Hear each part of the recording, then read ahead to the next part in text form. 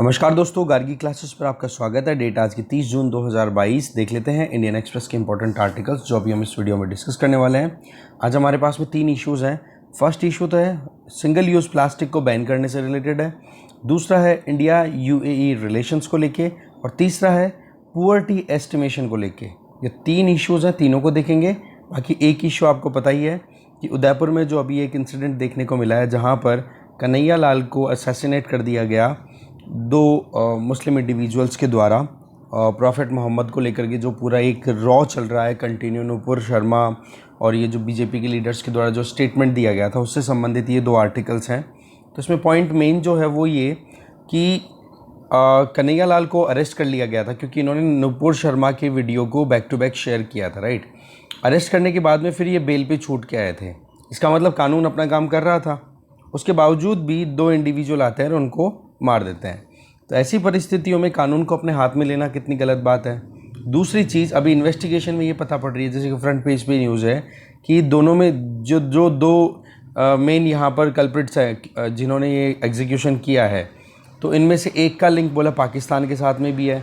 तो ऐसी परिस्थितियों में नेशनल सिक्योरिटी का मुद्दा बन गया अभी है।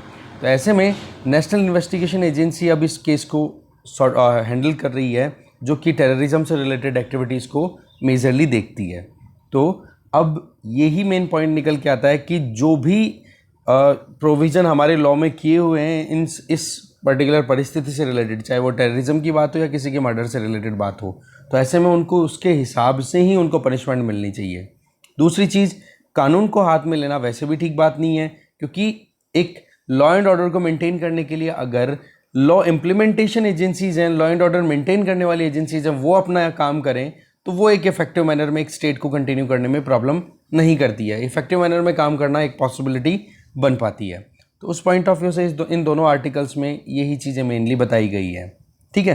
तो बाकी तो देखो, इन्वेस्टिगेशन के बाद में पता पड़ेगा कि क्या यहाँ पर की कॉन्स्पिरेसी है, क्या कहाँ पर किसका लिंक बना हुआ है, ठीक है। बाकी जो कुछ भी हुआ वो ठीक नहीं है, ये एक सिंपल सी बात है। अब देखते हैं हमारे जो मेन मुद्दे हैं उनको पूरा डिटेल में। अभी वैसे तो अशोक गहलोत जी जो हैं राजस्थान के चीफ मिनिस्टर, उन्होंने प्राइम मिनिस्टर नरेंद्र मोदी जी को कहा कि भाई आप पूरे देश को एड्रेस करके कहो कि शांति बनाए रखें, क्योंकि यहाँ पर राजस्थान में इंटरनेट बंद है, ठीक है। पिछले दो कल का दिन गया और आज भी बंद है और प्रॉबेबली आगे भी बंद हो सकता है, ठीक है। क्योंकि कम्युनल हेट्रेड जो है ना, वो फैलने में 2 सेकंड लगते हैं। एक चिंगारी चाहिए होती है, ठीक है। वो चिंगारी का काम ये इंसिडेंट कर सकता है, बट वही चीज़ है कि इसको अवॉइड करना बहुत ज़रूरी है और जो एक्चुअल में रूट कॉज है उसको करेक्ट करना ज़रूरी है, that is religious tolerance, right. क्योंकि कॉन्स्टिट्यूशन में सीधी सी बात है, जो चीज़ें हमारे लिए मेंशन्ड है वो चीज़ें हमें ध्यान में रखने की ज़रूरत है। इस तरीके से एक्सट्रीम लेवल तक पहुंचना is not a good thing, okay. तो ये चीज़ें हैं थोड़ा सा, और बाकी हम देखेंगे आगे जब भी कुछ आएगा, क्योंकि इसमें ज़्यादा पॉलिटिक्स के बारे में, इनके बारे में बताया हुआ है जो शायद अपने काम में ना आए, ठीक है। मेन जो चीज़ थी वो यही थी। आगे चलते हैं। फर्स्ट आर्टिकल है प्लास्टिक सर्जरी। देखो, बहुत सा जो सिंगल यूज़ प्लास्टिक होता है उसको अभी 1 तारीख कल से बैन कर दिया जाएगा, जिसमें हम एक बार यूज़ करते हैं फेंक देते हैं। जिसमें कौन कौन से आइटम्स हैं जिनको अभी कल से बैन किया जा रहा है? प्लास्टिक कटलरी, आइसक्रीम की जो स्टिक्स होती हैं, बैलून के जो स्टिक्स लगती हैं वो, स्वीट बॉक्सेस जो डब्बे आते हैं मिठाई के, इसके अलावा इन्विटेशन कार्ड जो है वो, सिगरेट पैकेट्स, पीवीसी बैनर, जो बैनर लगवाते हैं ना कोई भी एडवर्टीजमेंट करने के लिए, अगर उसकी थिकनेस 100 माइक्रोन से कम है तो उसको बंद कर देंगे। ईयरबड्स, कान को साफ़ करने के लिए जो आती है स्टिक्स, उनमें भी प्लास्टिक आता है, वो बैन होना। तो इनके लिए अब अवेलेबिलिटी आगे नहीं होगी। बेसिकली ये मुद्दा क्यों है? देखो, हमारे देश में अगर हम प्लास्टिक वेस्ट की बात करें तो लगभग हर दिन 25,000 टन के लगभग प्लास्टिक वेस्ट जनरेट होता है। उस 25,000 टन में से 40% तो ऐसा प्लास्टिक होता है जो कि अनकलेक्टेड पड़ा ही रहता है चारों तरफ ही।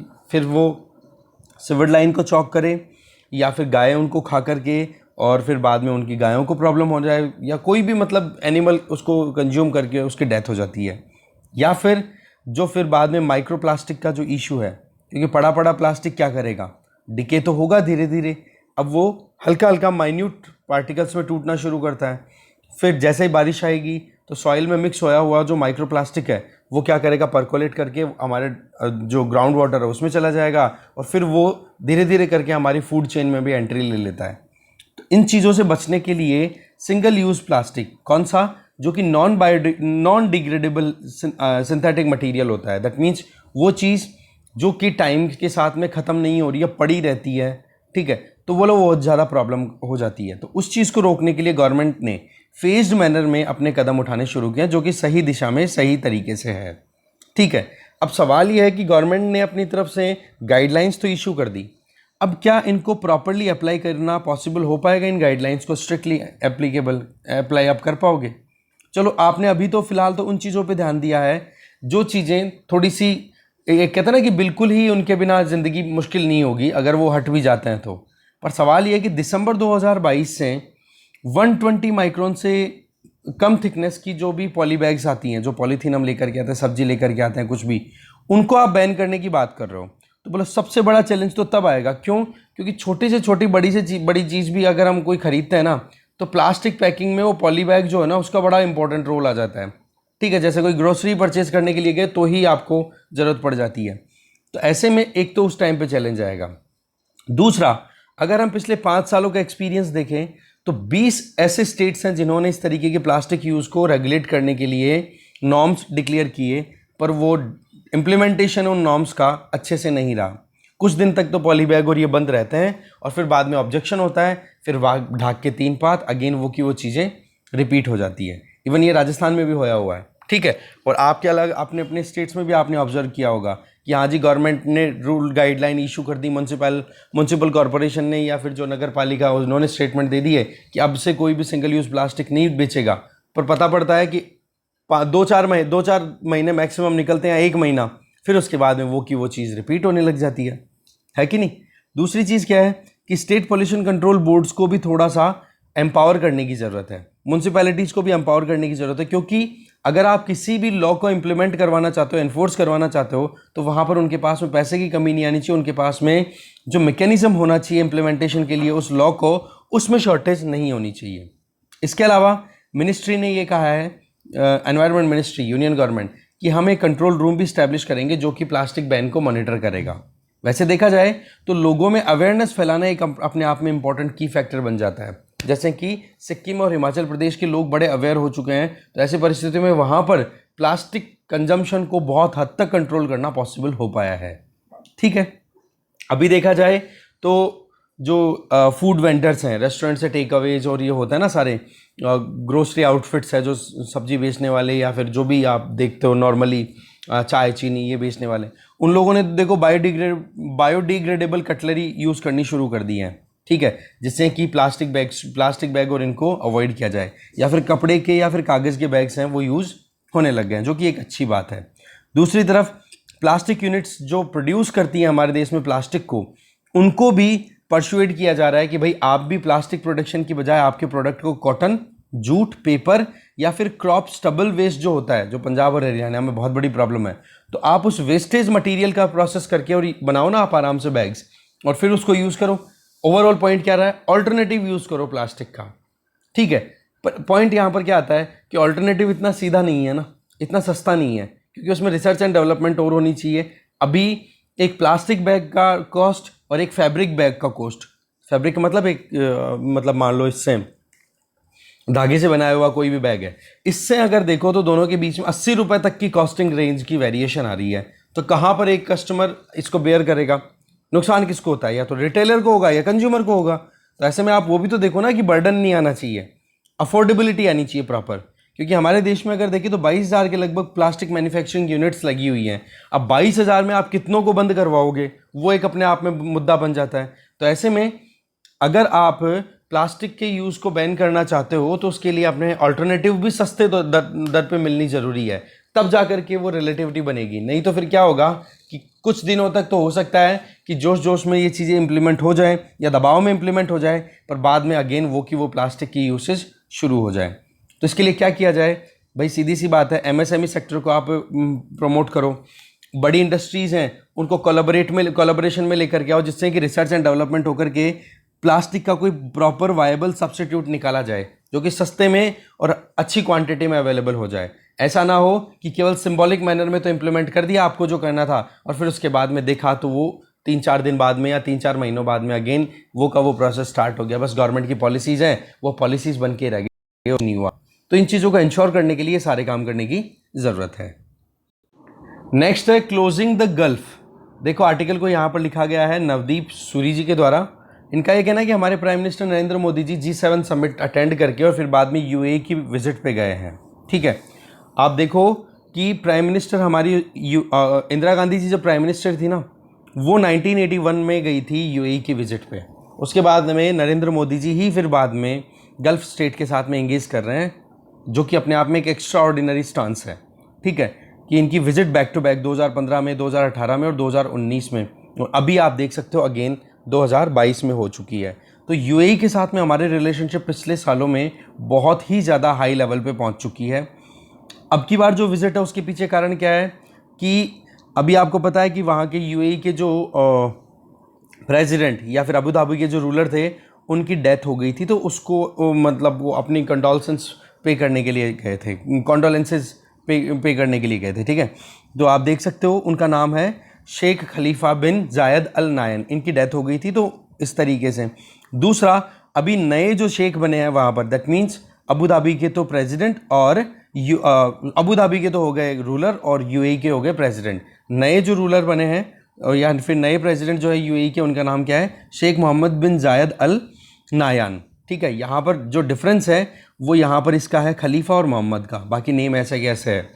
तो ऐसी परिस्थितियों में एक पर्सनल जो रिलेशनशिप है वो देखने को मिल रही है कि एक इंडिविजुअल किसी के डिमाइस पे या फिर एक इंडिविजुअल के प्रमोशन पे उनको कंग्रेचुलेट करना, उनके दुख में मतलब उनके दुखों को बांटना, वो चीज़ें करना एक पर्सनल लेवल की बात हो जाती है, और वही चीज़ अभी देखने को ज़्यादा मिल रही है। ठीक है, इसके आगे अगर देखें दोनों कंट्रीज़ के बीच की रिलेशनशिप, ये तो हो गई पर्सनल लेवल की।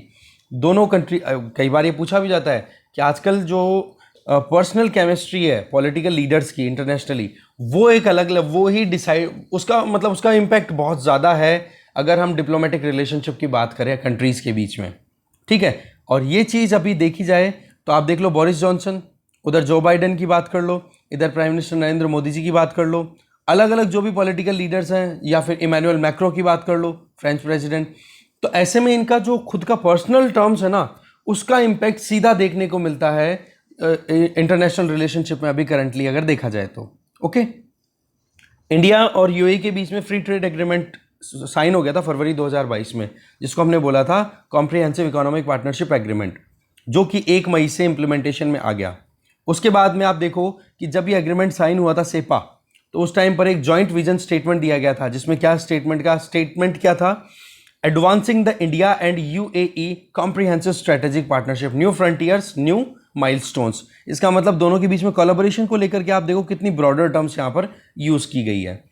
अब टारगेट क्या है इस कॉम्प्रिहेंसिव इकोनॉमिक पार्टनरशिप एग्रीमेंट का, जिसको हम फ्री ट्रेड एग्रीमेंट भी बोल रहे हैं, कि 88 दिन में तो फाइनलाइज करना था इसको, 1 मई से इंप्लीमेंटेशन होना था, होने लग गया। और जो बायलैटरल ट्रेड है UAE और इंडिया का, वो लगभग है $60 बिलियन, इसको राइज करके $100 बिलियन तक लेकर के जाना आने वाले 5 सालों में, जिसके तहत इंडिया जितना भी एक्सपोर्ट करता ना UAE को, उसमें लगभग 99% ऐसे प्रोडक्ट्स हैं जिनमें टैरिफ रिडक्शन देखने को मिलेगा। इसका मतलब इंडिया का एक्सपोर्ट UAE को और ज़्यादा होगा। और साथ में इंडिया हमारी तरफ से एक्सपोर्ट ज़्यादा किस चीज़ का होता है? Gems, jewellery, textile, footwear, pharmaceuticals, इन सब को इस फ्री ट्रेड एग्रीमेंट के अंडर में कवर किया गया है। ऐसे में हम एक तो हमारे मर्केंडाइज एक्सपोर्ट को राइज कर पाएंगे, दूसरी चीज़ क्या हो गई कि इंडिया ने UAE के साथ में 11 स्पेसिफिक सेक्टर्स में एंगेज करने की बात की है। तो ऐसे में और ज़्यादा कोलैबोरेशन बढ़ेगा इंडिया और UAE के बीच में। ओवरऑल अगर देखा जाए तो ये फ्री ट्रेड एग्रीमेंट अपने आप में बहुत कुछ शो करता है कि आज किस लेवल की एंगेजमेंट्स UAE और इंडिया दोनों रख रहे हैं और रखना चाहते हैं। इसके अलावा दुबई बेस्ड एक DP वर्ल्ड है, ठीक है, दुबई बेस्ड, और इंडिया में कौन है? National skill development council. दोनों ने एग्रीमेंट साइन किया और स्किल इंडिया सेंटर स्टैब्लिश किया है, कहाँ पे? वाराणसी में।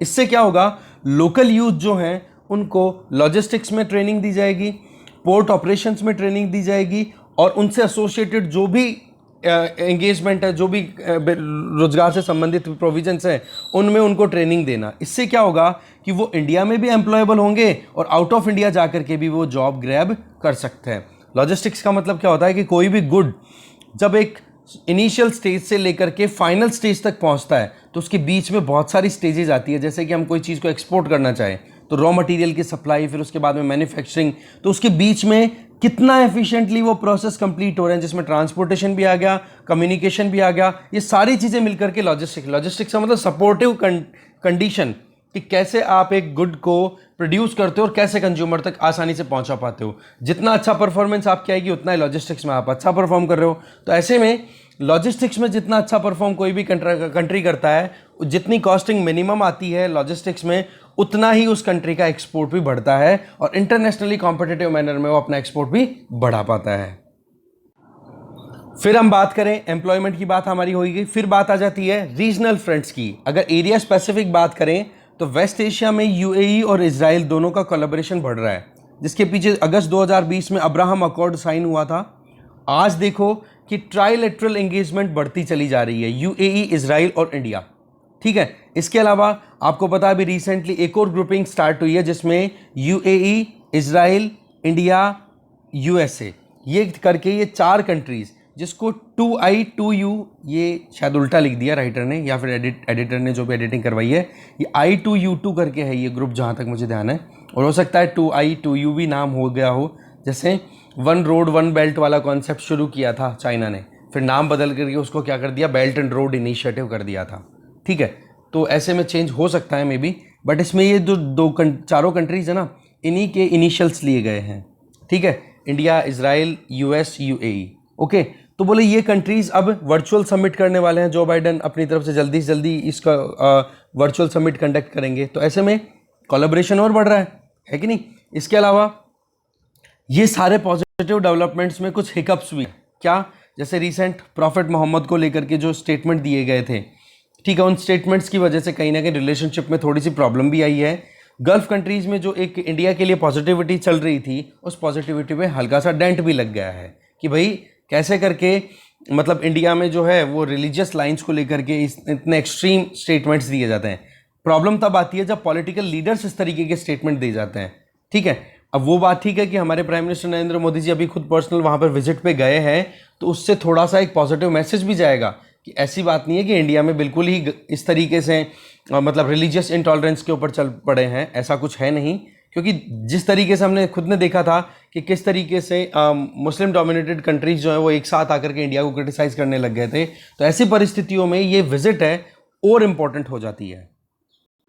क्योंकि यूएई, गल्फ कंट्रीज या फिर मुस्लिम वर्ल्ड की बात करें तो वहाँ पर यूएई इंडिया को बहुत सपोर्ट करता है। इसके कई एग्जाम्पल हैं, जैसे कि हमारी फॉर्मर जो फॉरेन अफेयर मिनिस्टर थी सुषमा स्वराज जी, उनको जो ऑर्गेनाइजेशन ऑफ इस्लामिक कॉरपोरेशन की जो मीटिंग करी थी, ठीक है, अबू धाबी में मीटिंग हुई थी, उस मीटिंग में इनवाइट किया गया था।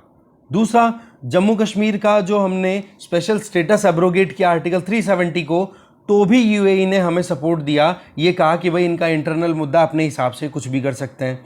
इसके अलावा देखा जाए तो हमारे कितने वहाँ पर डायस्पोरा रहता है, लगभग 80 लाख लोग वहाँ पर यूएई में अपना काम कर रहे हैं, अपनी रोजी रोटी कमा रहे हैं और इंडिया में रेमिटेंस भेज रहे हैं, लगभग $50 बिलियन एनुअली।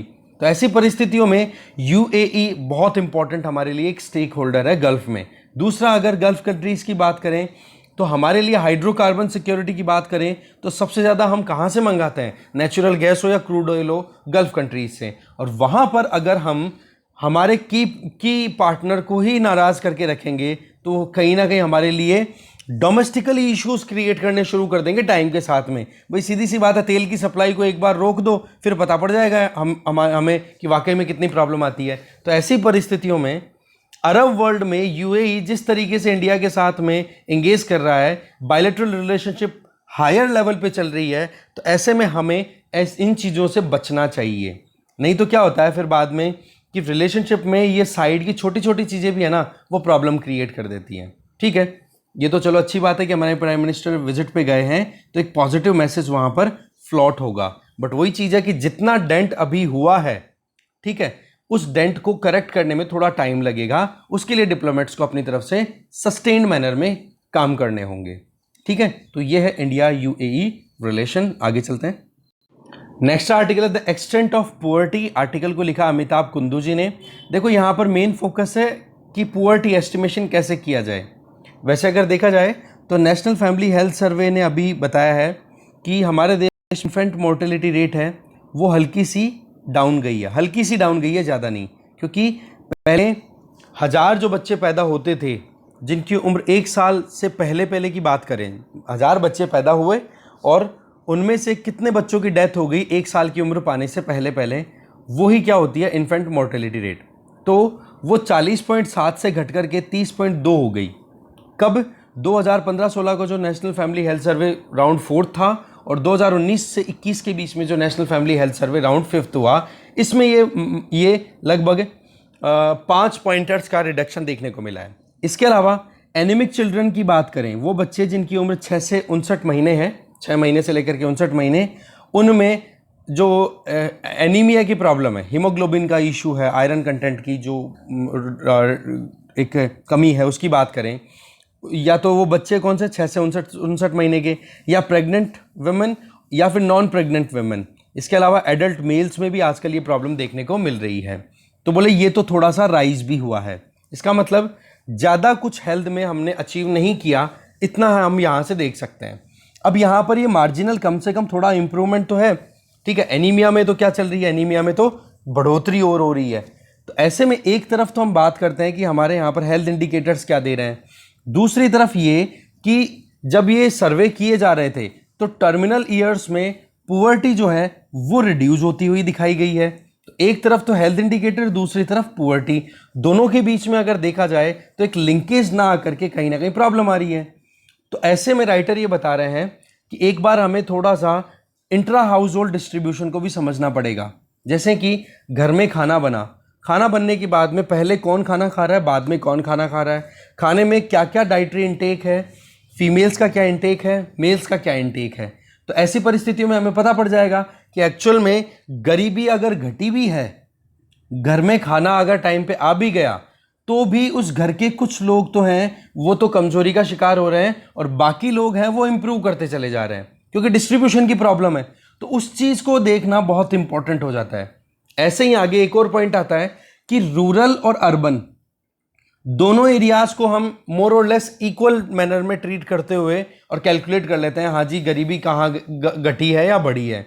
तो बोले वहां पर हमें थोड़ा सा ये भी देखने की जरूरत है कि रूरल एरिया में डिस्ट्रीब्यूशन कैसे है रिसोर्सेज का और अर्बन एरिया में। ओवरऑल यहां पर जो की पॉइंट आ रहा है ना वो डिस्ट्रीब्यूशन, कि भाई आपने एक परिवार को सहायता के तौर पे 35 किलो गेहूं दे दिए, 35 किलो चावल गेहूं दालें ये मिला करके दे दी महीने की। अब देखने वाली बात यह है ना कि उस 35 किलो में से कौन कौन कितना खा रहा है। आपने तो ओवरऑल देखा तो पुअर्टी तो रिडक्शन हो गया, क्योंकि हाँ जी खाना मिल रहा है सबको। क्योंकि अभी रिसेंट जो आईएमएफ और वर्ल्ड बैंक का रिपोर्ट कार्ड आया है जिसमें यही तो बताया ना कि कोविड-19 आउटब्रेक के टाइम पर गवर्नमेंट ऑफ इंडिया के द्वारा प्रधानमंत्री गरीब कल्याण अन्न योजना जो शुरू की गई थी, उसके तहत फ्री में या सस्ते में अनाज प्रोवाइड किया गया, जिसकी वजह से लोगों में भुखमरी नहीं रही, है ना। तो ऐसे में गरीबी थोड़ी कम हुई है इंडिया में, ये बात बोली गई उस पेपर में, और उसको फिर बाद में क्रिटिसाइज किया जा रहा है बैक टू बैक। तो राइटर बोल रहे हैं कि एक बार डिस्ट्रीब्यूशन को देखो। अब डिस्ट्रीब्यूशन की जब बात आए तो आप ये देखो कि हमारे जैसे जो डेवलपिंग कंट्रीज होते हैं ना, यहाँ पर प्रॉपर सर्वे नहीं होते हैं और ना ही डेटा कलेक्ट होता है। जब डेटा कलेक्शन प्रॉपर नहीं होगा तो आप कैसे तो पता करोगे कि क्या तो आलम है गरीबी का और कितना हमें और इंप्रूवमेंट करने की जरूरत है। ठीक है, अगर हम पुअर्टी इंडेक्स को मेजर करने की बात करें, अगर पुअर्टी के लेवल की बात करें उसको मेजर करने की, तो उसके लिए एक कॉम्प्लेक्स कैलकुलेशन के थ्रू जाना होता है। सबसे पहले तो ये कि पुअर्टी बास्केट ऑफ कंजम्पशन, मतलब कि एक परिवार में क्या क्या चीजें कम से कम खाई जाए जिससे कि हम ये कह दें कि ये परिवार गरीब नहीं है, और अगर नहीं खाई जाए तो वो गरीब हो जाएगा। तो पहला तो ये होता है। दूसरा, उस बास्केट ऑफ कंजम्पशन में जो आपने मटेरियल रखा उसकी प्राइस भी तो देखनी पड़ेगी ना कि क्या भाव चल रहे हैं मार्केट में, जिससे कि हम ये देख सकें कि एक परिवार की कम से कम इतनी इनकम होगी तो वो भरपेट खाना खा लेंगे और इतनी इससे कम इनकम होगी तो भरपेट खाना नहीं खाएंगे। इसका मतलब प्राइस कैलकुलेशन भी आपको करना पड़ेगी जिससे कि आप पुअर्टी लाइन को अपवर्ड या डाउनवर्ड मूव कर सको। तीसरी चीज आती है कि हाउस होल्ड कंजम्पशन में आप ये देखते हो कि पुअर्टी का स्टेटस कैसे हो रहा है। देखो तीन चीजें आ गई ओवरऑल। डिस्ट्रीब्यूशन, कंजम्पशन और उसकी प्राइसिंग, तीनों चीजों को देख करके फिर बाद में कैलकुलेशन होता है। पर मुद्दा यह है कि जब कोई कंजम्पशन एक्सपेंडिचर वाला डेटा ही हमारे पास में अवेलेबल है नहीं कि एक परिवार में क्या चीज़ें खाई जा रही हैं, उन चीज़ों के लिए कितना खर्चा किया जा रहा है और उस परिवार के इनकम के लेवल क्या है, जब ये डेटा प्रॉपर नहीं होगा तो कैसे हम ये एस्टिमेट लगा पाएंगे कि वाकई में कितनी तो प्रॉब्लम है गरीबी की। और दूसरा, पॉलिसी फॉर्मुलेट करने में भी प्रॉब्लम आएगी, क्योंकि पॉलिसी मेकर्स के पास में अगर प्रॉपर डेटा ही नहीं होगा तो वो किसको टारगेट करके पॉलिसी बनाएंगे। तो बोला डेटा डेफिशिएंसी एक बहुत बड़ा कारण है कि एक एक्यूरेट हमारे पास में आउटपुट नहीं मिलता। वैसे अगर देखा जाए तो हमारे यहाँ पर पुअर्टी एस्टिमेशन 1960s के टाइम से शुरू हो गई थी, जब 9 मेंबर्स का एक वर्किंग ग्रुप सेटअप किया गया था प्लानिंग कमीशन के द्वारा, जिसमें ये था, उस वर्किंग ग्रुप ने क्या बोला था कि 20 रुपए पर कैपिटा पर मंथ के हिसाब से अगर खर्च किया जाता है तो वो गरीब नहीं कंसिडर होगा, क्योंकि उस टाइम पे इतनी महंगाई भी नहीं थी, तो 20 रुपए में बहुत कुछ आता था। तो महीने का 20 रुपया अगर कोई खर्च कर रहा है एक बंदे पर, इसका मतलब उसको गरीब नहीं बोलोगे। उससे कम कर रहा है तो आप बोल सकते हो हाँ जी गरीबी है, इसका मतलब आपने रुपी के हिसाब से कैलकुलेट कर ली गरीबी। फिर बाद में दांडेकर और रथ, ये दो स्टैटिस्टिशियंस थे, इनकी लीडरशिप में पुअर्टी को कैलकुलेट करने का और थोड़ा सा क्लियर तरीका निकाला। तो इन्होंने एवरेज कंजम्पशन पैटर्न के बारे में बात कर दी 1970s में कि भाई कितना खाना खाया जा रहा है एवरेज पर कैपिटा अगर देखें, इससे क्या है कि इनटेक क्या हो रहा है उसका पता पड़ जाएगा। इन्होंने ये दिमाग लगाया। फिर 80s और 90s की बात करें तो फिर उस कंजम्पशन पैटर्न को माइक्रो एनवायरनमेंट से ज्वाइन करना शुरू कर दिया। जैसे कि खाना खाया जा रहा है तो आपकी बॉडी में प्रोटीन इनटेक क्या है, कैलोरीज के ऊपर बात होने लग गई थी, ये कहा जा सकता है। ठीक है, फिर कैलोरीज की बात करें तो उसके ऊपर आगे बात ये पहुंचती है कि एक इंडिविजुअल को आपने खाना तो दे दिया, ठीक है, और आपने बोल भी दिया कि जी हाँ इतना आटा अगर दिन में कोई खाता है, इतनी दाल अगर कोई खाता है तो इसको इतनी एनर्जी मिल जाएगी, आपने ये तो बोल दिया। अब सवाल ये है कि एक बंदा फिजिकली फिट है और दूसरा बंदा फिजिकली अनफिट है, अब आप उनको खाना खिलाओ, सेम डाइट दे दो, तो क्या दोनों को सेम कैलोरी या सेम न्यूट्रिएंट मिलेगा? इसका जवाब है नो।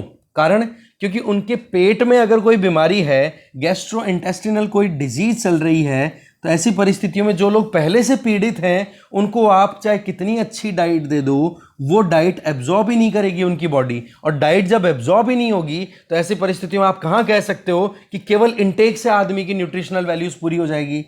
तो ऐसे में वाटर, सैनिटेशन, ये फैसिलिटीज भी हमें कंसिडर करने की जरूरत है अगर हम पुअर्टी लाइन को चेक कर रहे हैं, पता कर रहे हैं। तो इसका मतलब केवल इनटेक, केवल कैलोरीज, इनसे काम नहीं चलेगा, हमें इससे थोड़ा बियॉन्ड जाना पड़ेगा। वाटर अवेलेबिलिटी, प्योर वाटर, साफ सुथरा पानी है कि नहीं, सैनिटेशन फैसिलिटी है कि नहीं। क्यों? क्योंकि जब तक आपके यहाँ पर वॉश फैसिलिटी अच्छे से नहीं होगी, वाटर, ठीक है, वाटर हाइजीन की बात कर लो, ठीक है, और क्लीन वाटर की बात कर लो और सैनिटेशन की बात कर लो, ये अगर फैसिलिटीज प्रॉपर नहीं होंगी तो उस परिस्थिति में आप कैसे कह सकते हो कि एक हेल्दी लाइफ जी जा रही है?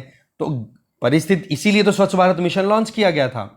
ठीक है, फिर इकोनॉमिस्ट अलग अलग आते हैं, जिनमें से मिन्हास, उन्होंने ये कहा कि कैलोरी और न्यूट्रिएंट मैनर को भी हमें थोड़ा अंडरस्टैंड करना होगा और उसके पीछे हमें सोशियो कल्चरल एस्पेक्ट्स को अंडरस्टैंड करना होगा। भाई सीधी सी बात है कि वेजिटेरियन खाना खाना चाहिए, अगर ये प्रमोशन किया जाता है तो उस केस में एक बंदा जो कि अपनी रिक्वायरमेंट को पूरा करने के लिए वेजिटेरियन इंटेक पे अगर रिलाय करे तो उसके सबसे बड़ी प्रॉब्लम क्या आएगी कि वहां पर उसको वेजिटेरियन फूड मिल भी पा रहा है कि नहीं जो उसको बॉडी की रिक्वायरमेंट है, जबकि नॉनवेज पे रिलाय करके वो अपनी रिक्वायरमेंट पूरी कर सकता है।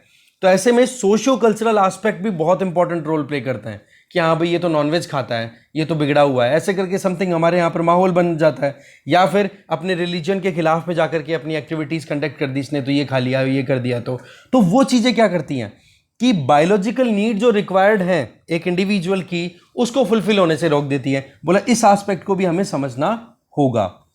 ऐसे में फिर तेंदुलकर कमेटी ने अपनी तरफ से कह दिया कि भाई गरीबी को और न्यूट्रिशनल नॉर्म्स को, दोनों को थोड़ा सा सेपरेट करके चलो। पॉइंट यहां पर क्या आ रहा है, शुरू में हमने देखा ना कि एनीमिया बढ़ रहा है, इन्फेंट मोर्टेलिटी रेट हल्की सी डिक्लाइन हुई है पिछले 5-7 सालों की बात करें, और दूसरी तरफ पुअर्टी को रिड्यूस होते हुए देख रहे हैं। तो पुअर्टी की डेफिनेशन और ये जो न्यूट्रिशनल रिक्वायरमेंट है, इसके बीच के लिंक में जो कमियां हैं ना, उन कमियों को हम एक्सप्लोर कर रहे हैं यहां पर, कि एक तो प्रॉपर डेटा अवेलेबल नहीं है, और दूसरा एक इंडिविजुअल खुद कितना न्यूट्रिएंट रिक्वायरमेंट है, हर किसी की न्यूट्रिशनल वैल्यू बराबर नहीं होती है, तो उस केस में इनटेक सबको बराबर देने से आप नहीं कह सकते। अब भाई सबको अगर आप रोटी कपड़ा मकान स्वास्थ्य शिक्षा 5 चीज़ों की बेसिक चीज़ें आप सप्लाई दे दो तो वो चीज़ें सबको मिल जाएंगी, पर वहां पर एक एक इंडिविजुअल जब रोटी कपड़ा मकान स्वास्थ्य शिक्षा को वो यूटिलाइज करेंगे तो उसको कितना बेनिफिट मिल रहा है, उसकी बॉडी कितना यूटिलाइज कर पा रही है उस इंडिविजुअल की, वो तो वेरी करेगा ना। तो न्यूट्रिशनल वैल्यू और पुअर्टी के बीच में लिंक नहीं है, ये चीज तेंदुलकर कमेटी ने भी बोली और ये प्रीवियस कई स्टडीज से क्लियर भी होता चला गया, और यही चीज बताई जा रही है कि गरीबी खत्म होना और न्यूट्रिशनल वैल्यूज में वेरिएशन आना, उन दोनों के बीच में आप लिंक डायरेक्टली स्टैब्लिश नहीं कर सकते हो। बोले इसीलिए भल्ला, विरमानी और बसीन, इन्होंने जो आईएमएफ का वर्किंग पेपर रिलीज किया है, इसमें यही काम इन्होंने किया है कि नेशनल सैंपल सर्वे 2011-12 का जो उनके पास में डेटा अवेलेबल था ना, उसी को एक्स्ट्रापोलेट और इंटरपोलेट करते हुए और फिर बाद में कैलकुलेशन किया। एक्स्ट्रापोलेट का मतलब कि आपके पास में डेटा अवेलेबल है 2011-12 का, फिर उसको आप क्या करोगे कि ट्रेंड क्या हो रहा है, उस ट्रेंड के हिसाब से आपने 2019-20 तक का डेटा कैलकुलेट कर लिया केवल मैथमेटिकल मॉडलिंग के बेसिस पे। क्यों? सर्वे ही नहीं हो रहे हैं, सर्वे नहीं होंगे तो डेटा कलेक्शन आपके पास नहीं होगा। उसमें मेन फोकस उनका क्या रहा? प्राइवेट फाइनल कंजम्पशन एक्सपेंडिचर, कि एक्चुअल में एक इंडिविजुअल जितना कुछ खा रहा है, जितना कुछ कंज्यूम कर रहा है, उस पर कितना खर्चा कर रहा है। फिर बाद में ये देखा गया कि कहां कहां पर डिस्ट्रीब्यूशनल चेंजेस देखने को मिल रहे हैं। भाई सीधी सी बात है कि एक परिवार में अगर हमारे यहां पर देखें तो पहले बेटा खाएगा, पिता खाएगा, फिर बेटी खाएगी, फिर माँ खाएगी, तो प्रॉब्लम तो हो गई यहीं पे। दूसरी चीज, रूरल अर्बन भी हमारे यहाँ पर डिस्ट्रीब्यूशन और प्राइस का भी डिफरेंस देखने को मिलता है। शहरों में कुछ चीजें महंगी मिलती है, गाँव में कुछ चीजें सस्ती मिल जाती हैं। दूसरी चीज, शहरों में कुछ चीजें आसानी से मिलती है, गाँव में वो मिल नहीं पाती हैं। तो ऐसी परिस्थितियों में ये सारे एस्पेक्ट्स को देखते हुए और फिर बाद में पुअर्टी लेवल को कैलकुलेट किया गया था, पर उसको लेकर के बहुत ज़्यादा क्रिटिसिज्म किया जा रहा है कि गरीबी कहाँ खत्म हुई है, हमारे यहाँ पर तो कुछ बेनिफिट ही नहीं देखने को मिल रहे। तो बस वही चीज़ है कि एक तो डेटा की अनअवेलेबिलिटी और दूसरी पुअर्टी और न्यूट्रिशनल वैल्यू दोनों में गैप है भाई, उस चीज़ को हमें समझना होगा। ठीक है, इसके आगे देखा जाए तो अभी एक पेपर और रिलीज हुआ है रॉय वर्सेस वीडे के द्वारा, 2022 का पेपर है वर्ल्ड बैंक के द्वारा। उसमें यह बोला है कि CMIE जो कि प्राइवेट एंटिटी है जो कि सर्वे करवाती रहती है पुअर्टी कैलकुलेट करवाने के लिए इंडिया में, तो उसकी कैलकुलेशन मेथड्स को ध्यान में रखते हुए और उसमें जो भी कॉम्पनसेशन एडजस्टमेंट कर लिया जाए, जो भी कमियां हैं उसके मेथड में, उसके बाद में हम पता कर सकते हैं कि कितनी गरीबी है देश में। तो इस चीज़ के ऊपर रिलाय करने के बाद में ये पता पड़ा कि भारत में केवल 12% गरीबी रह जाती है CMIE के डेटा को करेक्ट करके। और फिर बाद में वर्ल्ड बैंक का जो अभी पेपर रिलीज हुआ है रॉय एंड वीडे 2022 का ही पेपर, जिसमें ये बता दिया कि भाई इंडिया में गरीबी कम हुई है, 12% तक रह गई है।